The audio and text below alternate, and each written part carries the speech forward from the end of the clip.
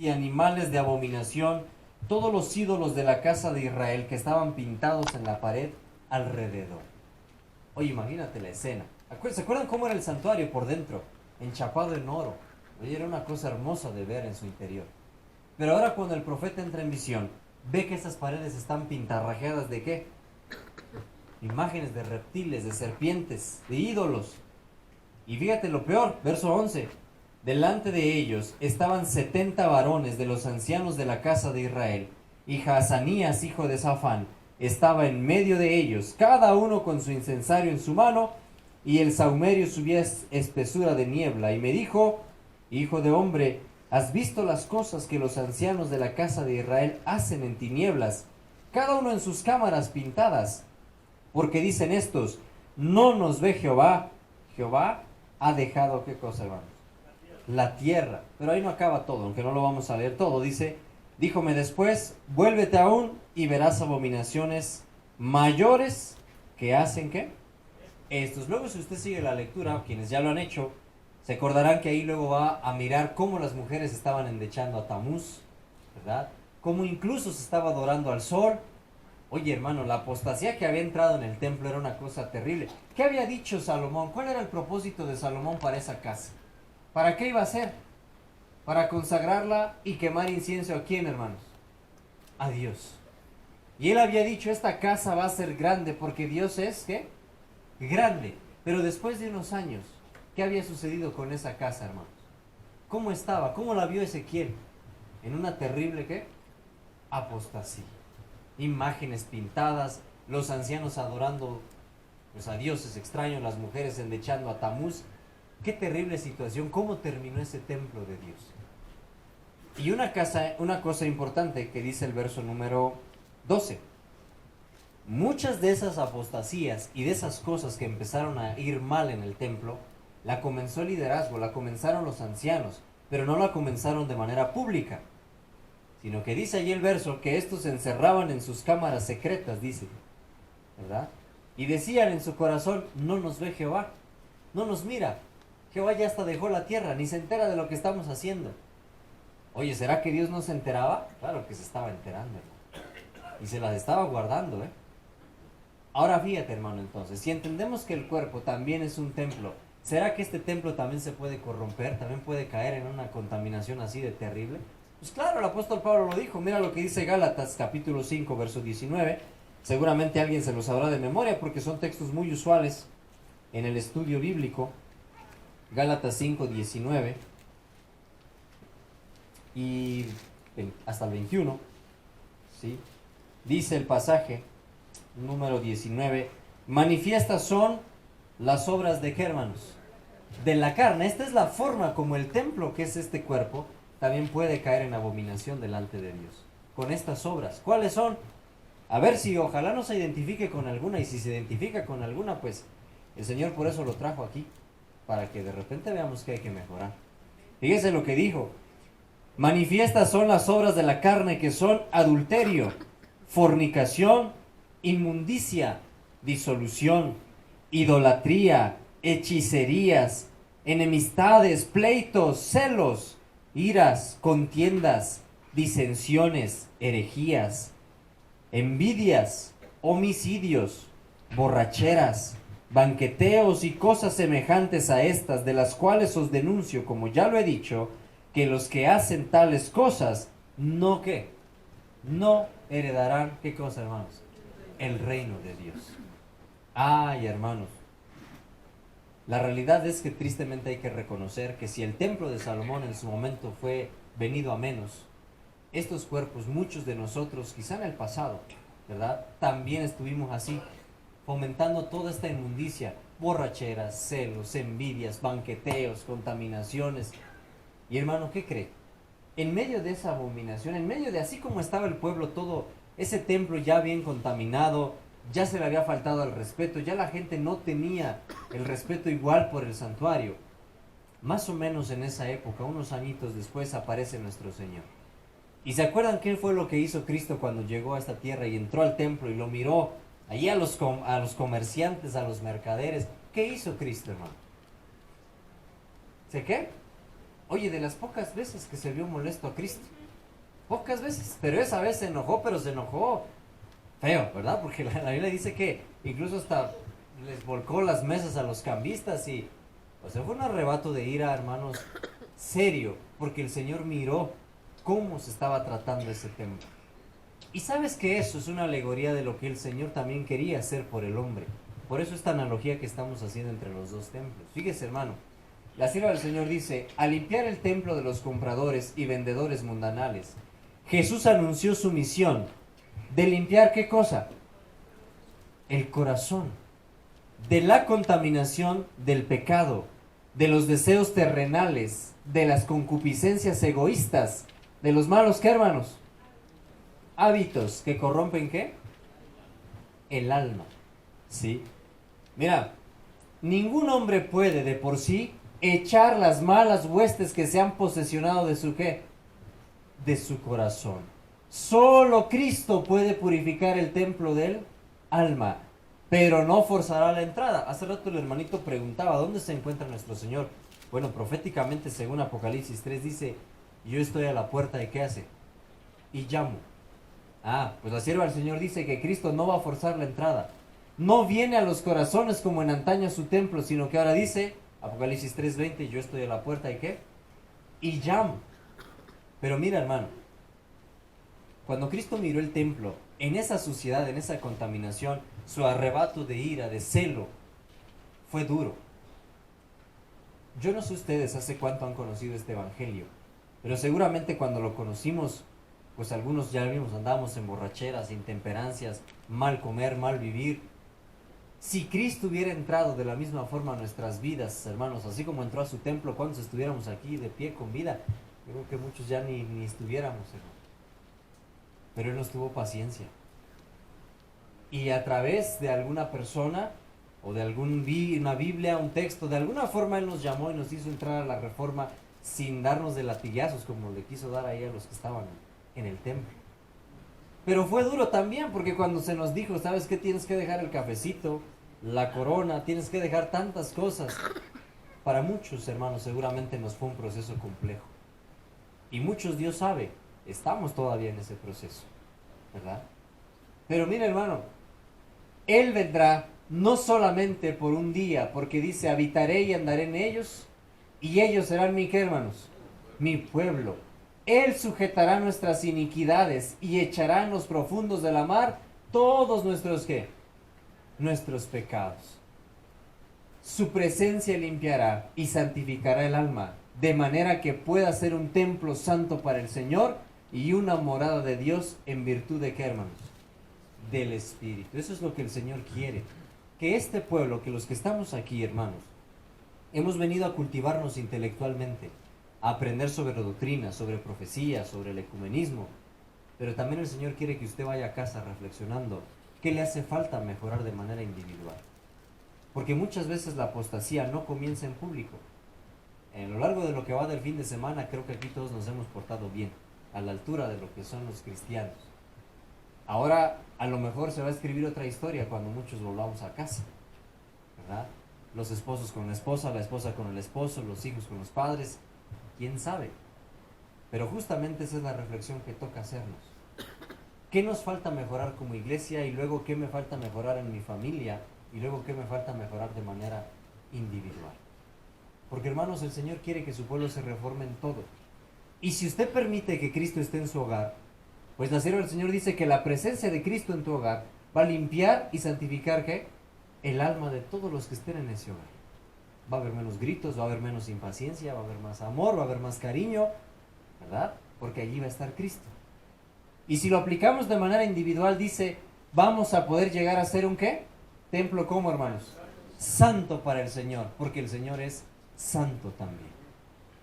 Oiga, hermano, el hombre es la hechura de Dios. ¿Su obra qué? Maestra. Qué privilegio, hermano.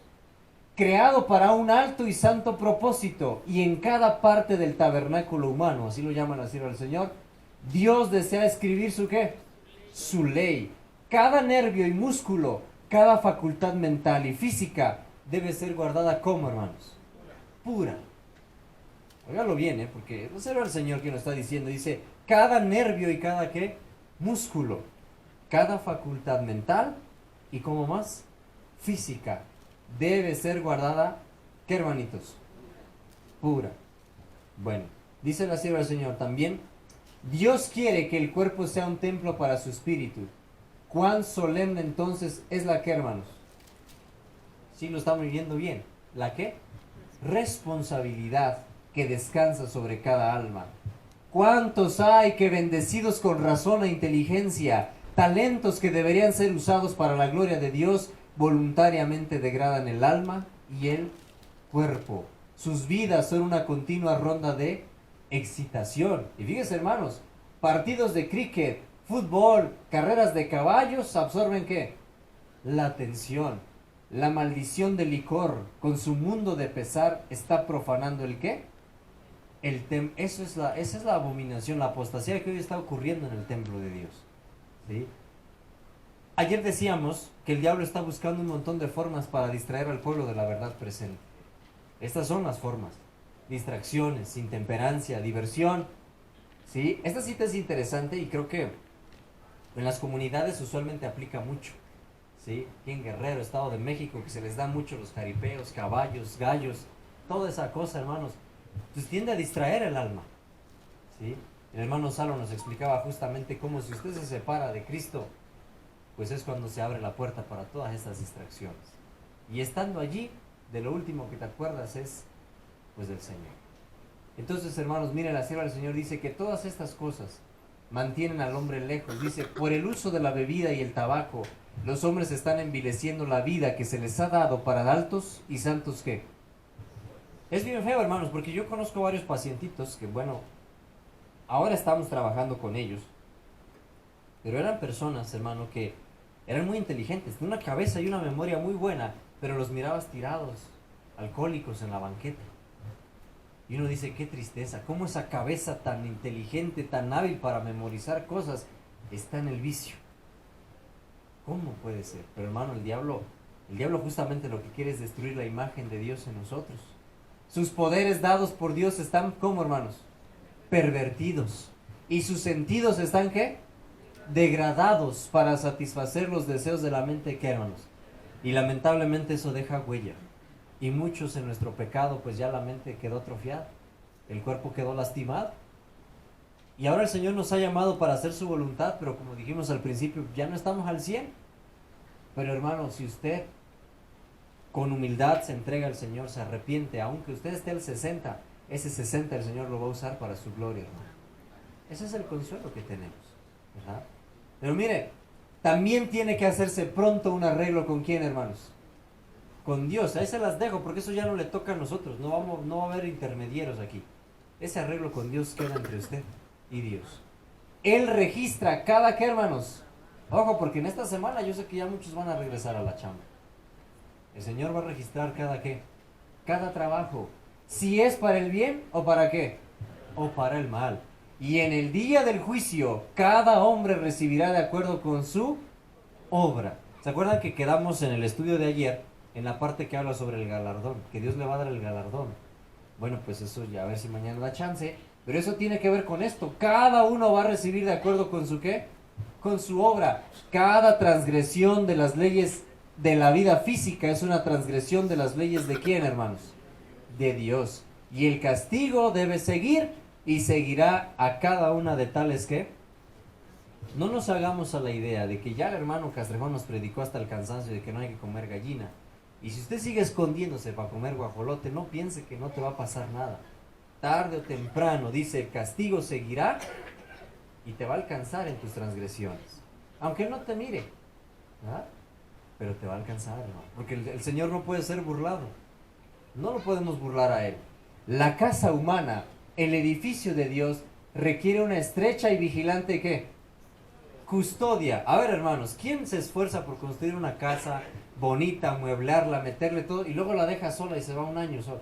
¿Quién lo va a hacer en su juicio? Nadie. Si hasta contratamos 3, 4 veladores para que cuiden lo que te costó. Pues hermanos, la casa que es el templo de Dios, esta casa humana, ¿por qué no tendría que estar igual de vigilada, hermano? ¿Cómo vigilada? Mira, la vida física debe ser cuidadosamente, ¿qué? Educada, ¿qué más?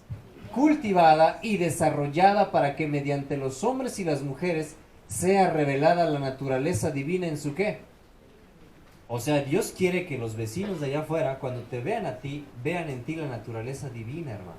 ¿Cómo es que vamos a lograr eso? Yo lo veo como, al menos yo me veo en el espejo y digo, híjole, eso va a estar complicado. ¿Cómo vamos a hacer para que la gente cuando nos vea, sin decir una palabra, ellos miren en ti la naturaleza divina?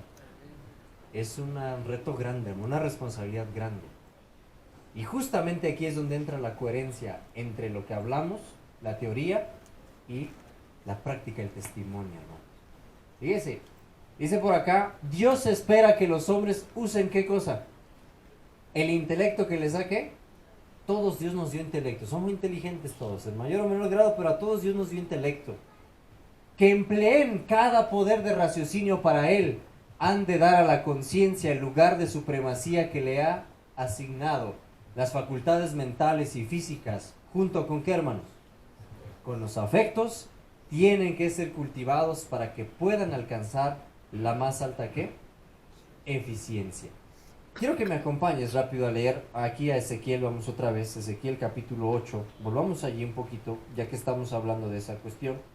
Ezequiel 8, versos 17 y 18, alguien léalo por favor, en voz audible, fuerte y puestos de pie.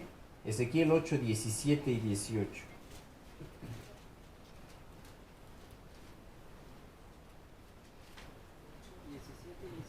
Amén, hermano, por favor. La palabra del Señor dice, y me dijo, ¿no has visto, hijo de hombre? Es cosa liviana para la casa de Judá hacer las abominaciones que hacen aquí. Después que han llenado la tierra de maldad y han vuelto a provocarme a ira, y he aquí se llevan el ramo a su nariz. Por tanto, yo también oraré con furor, no perdonará mi ojo, ni tendrá misericordia, y gritarán a mis oídos con gran voz, y no los oiré. Amén. Oiga, hermano, fíjese, qué cosa terrible. Tan grave era la apostasía de Israel en el templo, que el Señor dice, le dice a Ezequiel, ¿no has visto, hijo de hombre? Y fíjate la pregunta. Ya el pueblo de Israel tomaba las cosas tan a la ligera, como que ya no le veían mal, ¿sí? Es cosa liviana para la casa de Judá hacer las abominaciones que hacen aquí. Cuando nosotros, hermanos, empezamos a practicar el pecado y esto se nos hace costumbre, dejamos de ver lo malo que es delante de Dios. Se nos hace algo ya normal, natural. Se nos va a hacer natural comer lo que no debemos comer, hacer lo que no debemos hacer, decir lo que no debemos decir. Se nos hace natural. Y el Señor pregunta, ¿es cosa liviana? O sea, ¿a usted se le hace cosa liviana, hermanos? Piensen cómo estaba el templo, las imágenes adorando a Tamuz, los ancianos postrados ante el sol. ¿A usted se le hace eso cosa liviana? No era cosa liviana. Pero para el pueblo parecía que lo era porque no hacía nada para cambiar eso. Y entonces el Señor con una voz terrible dice, por tanto, yo también oraré con ¿qué, hermanos? Con furor. No perdonará mi ojo, no tendré ¿qué? Oye, hermano, y gritarán a mis oídos con gran voz, pero no ¿qué? Ya no los oiré. Qué terrible, hermanos. ¿Sabes que esta misma pregunta la podríamos aplicar a la vida actual de muchas personas? Se nos hace cosa liviana ya maltratar estos cuerpos. Comemos, bebemos, malgastamos, nos fatigamos y se nos hace algo ya normal, de juego. Pero el Señor también dice lo mismo, hermanos. Cuando viene la enfermedad y uno está postrado, ahí sí dice un dicho, ¿verdad? Queremos bajar a todos los santos, dice el católico. Pues ni que bajes nada, porque ya el Señor dice, tanto tiempo te estuve rogando, animando a la reforma, a que corrigieras. Y cuando ya está uno en el lecho de muerte, ya queremos gritar a los oídos de Dios. Le dice el Señor, pues a veces ya es tarde. Hermanos, Dios libre a su pueblo de que entre nuestro pueblo, que tenemos tanta luz, seamos igual de tercos que los que están allá afuera. Que tantos labios han pasado aquí al frente a exhortarnos, a hacer las reformas, cambiar, mejorar, y que aún así uno siga terco, hermanos. Porque cuando venga la enfermedad vamos a querer correr con hermano Castrejón. Hermano Castrejón, consulta de urgencia. Pero hermano, pues de repente uno ya se va dando cuenta con el tiempo que uno mismo se va provocando su mal.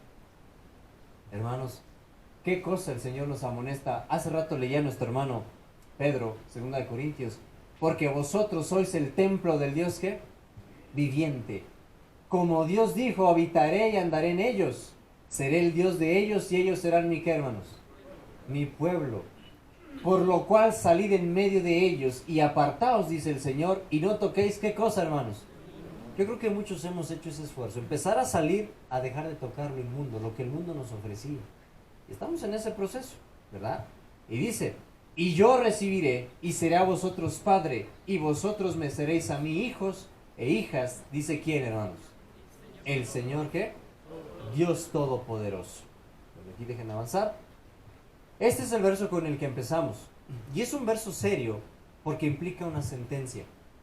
Dice, si alguno destruye el templo de Dios, ¿qué dice, hermanos? ¿Qué dijo Pablo? Movido por el Espíritu Santo lo escribió el apóstol Pablo. No porque estuviera molesto ni por capricho. Movido por el Espíritu Santo escribió, si alguno destruye el templo de Dios, ¿Dios qué? Dios lo destruirá a él. Porque el templo de Dios es santo, y ese templo sois ¿quiénes, hermanos? Vosotros. Hermanos, no tomemos a la ligera las reformas en la vida personal. La sierva del Señor, no sé si, creo que lo tengo en el estudio de mañana, pero dice que nadie que no haya corregido su carácter va a ser sellado. No se haga ilusión. Te podrás saber la profecía, te habrás salvado del ecumenismo, pero si no lograste cambiar tu carácter, ese sello, hermano, no lo vas a recibir. Por eso, hermanos, lo que decimos, todas estas reformas pretenden ayudarnos, hermanos. Ayudarnos. ¿Usted cree, hermano, que si no tienes la fuerza, el dominio propio, para que cuando vas a un lado y te ofrecen un vaso de coca, digas, no quiero, no tomo? Si no tienes la fuerza de voluntad para decir no, ¿crees que vas a tener la fuerza de voluntad para no gritarle, no pegarle a la mujer cuando te saque de quicio? No lo vas a tener. Si no pasas las pruebas más pequeñas, ¿cómo vas a soportar las pruebas mayores? Se le dijo una vez al profeta, o el profeta lo dijo, ¿verdad? Si no pudimos con los de a pie, mucho menos que con los de a caballo. La reforma ProSalud fue dada para entrenarnos, para desarrollar dominio propio, aprender a decir no, aprender a dominar estos impulsos humanos. Si no lo logramos hacer en la comida, que es lo más fácil, ¿cómo va a dominar usted el carácter, los vicios, las adicciones? No va a poder. Por eso esto es como una escuela. Y la reforma ProSalud es tu entrenamiento básico. Si lo logras pasar, logras vencer lo más complejo, ¿no? Pero muchos aquí nos quedamos atorados en lo básico. Y de ahí no pasamos, y no pasamos. Y nos preguntamos, ¿por qué será que no puedo con mi carácter? ¿Por qué será que no puedo dejar aquello? ¿Por qué? Pues es que en lo más fácil estás fallando. Ay, hermanos, cómo el Señor necesita, dice, que nosotros seamos un templo, ¿qué? Santo. ¿Sí? Cada violación de los principios, ¿qué? Alimentarios, contribuyen a embotar las facultades de ¿qué? ¿Qué es embotar, hermanos? ¿Qué es embotar? ¿A qué le suena? Entorpecer, hacernos lentos. Cada vez que violamos los principios alimentarios que Dios nos dejó, tus facultades, tu cabeza, se embota, se va haciendo cada vez más lenta, más torpe. Y pues luego también a veces decimos, es que no le entiendo al hermano Castrejón. Las facultades de repente andan fallando, porque a veces a escondidas usted está fallando los principios alimentarios y la mente se está embotando. La mente pierde su capacidad. Mira, haciendo imposible que la persona culpable pueda apreciar las cosas que eternas o valorarlas como. El ejemplo es el alcohólico. Cuando a un alcohólico le quieres predicar, ¿te va a hacer caso? ¿Te va a entender? ¿Cómo está la cabeza del alcohólico en ese momento? Está embotada, está ida totalmente. Hermanos, pues esto puede pasar a nosotros, porque aquí la sierva del Señor no habla específicamente de bebida. Dice los principios ¿qué? Alimentarios. Y allí sí nos toca a nosotros reflexionar. Y no tendré, fíjese lo que pasó, este es un ejemplo bíblico. Jonás 4:11. No tendré yo piedad de Nínive, aquella grande ciudad donde hay más de 120,000 personas que no saben distinguir entre su mano derecha y su mano ¿qué? Imagínate ya cómo estaban los ninivitas, tanta abundancia, tanta corrupción, tan depravada tenían la mente y embotada que ya no sabían distinguir su mano derecha de la izquierda, dice. Pues es lo que provoca la mala alimentación, los descuidos, la falta de cuidados, de temperancia, hermanos. Eso es a lo que lleva. Miren, hermanos, vamos cerrando. Dice, el propósito de Dios para sus hijos es que estos alcancen la medida de ¿qué, hermanos? De la estatura del hombre y mujeres, ¿cómo? Perfectos. Y yo les pregunto, hermanos, porque creo que de esto alguien les habló también, un poquito, sobre la justicia impartida. Hermanos, ¿será que podemos lograr la perfección, la santidad? ¿Se puede o no se puede? Sí se puede, ¿verdad? El hermano está convencido y así debiéramos estar todos. Se puede. Entonces, el Señor quiere, ¿verdad?, que nosotros seamos hechos ¿cómo? ¿Pero a través de quién? De Cristo Jesús. Para ello, deben hacer uso conveniente de todas las facultades de la mente, el alma y ¿qué más? No pueden derrochar ninguna de sus energías mentales o qué. Oye, hermanos, conocimos a una persona, hoy gracias a Dios está en el Evangelio, pero era un hermano que le encantaba la política. Le encantaba, hermano. Y andaba en los meetings y andaba organizando y se postuló para delegado del pueblo. Le gustaba la política y el hermano era bueno para organizar la política, pero cuando le pedimos, hermano, échenos la mano para organizar un congreso, hermano, no puedo, estoy bien cansado, hermano, ¿verdad? ¿Cómo a veces nosotros dejamos que esas facultades que Dios nos dio de liderazgo, de capacidad, se desperdicien en otras cosas y no para su obra? Afortunadamente el hermano le cayó el 20 con esa cita y pues hoy, para la gloria de Dios, Él es el que organiza y nos apoya ya, ¿verdad? Las leyes de la naturaleza existen, no para ser resistidas, sino que, hermanos, acatadas. Y dice, Dios pide que los apetitos sean, ¿qué? Purificados. Y que se renuncie a las cosas que no son buenas. Esta obra debe ser hecha antes que su pueblo pueda estar delante de Él como un pueblo, ¿qué? ¿Se acuerdan lo que hablamos de los ángeles? Cuando reciban su orden de recoger a los santos. Pues antes de que usted o yo seamos recogidos, hermano, primero habremos tenido que haber purificado nuestro ¿qué? Nuestros apetitos. Si no logramos purificar los apetitos, ni se haga ilusión que el ángel va a venir por usted porque ya esté sellado. No, hermano. Ahí comienza la obra. ¿Dónde fue el primer pecado? Por aquí empezó. Por la boca, por el apetito intemperante. Allí tiene que empezar la redención también. Les repito otra vez, si no podemos con la prueba más pequeña que el Señor nos da, ¿cómo podremos con las mayores? Por eso, hermanos, fíjese, téngase siempre presente que el gran objeto de la reforma higiénica, ¿qué es? Asegurar el más alto desarrollo posible de ¿qué, hermanos? Mente, alma y ¿qué más? La reforma pro salud no se trata nomás de comer soya y dejar la carne y la coca, hermanos, ¿no?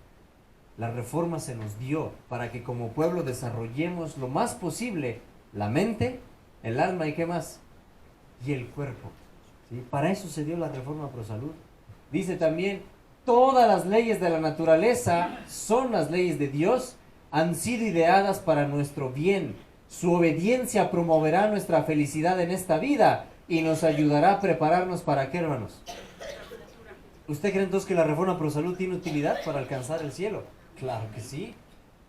Por ahí Bullón dijo que la reforma pro salud no era tema de salvación, que no tenía que ver nada con nuestra salvación.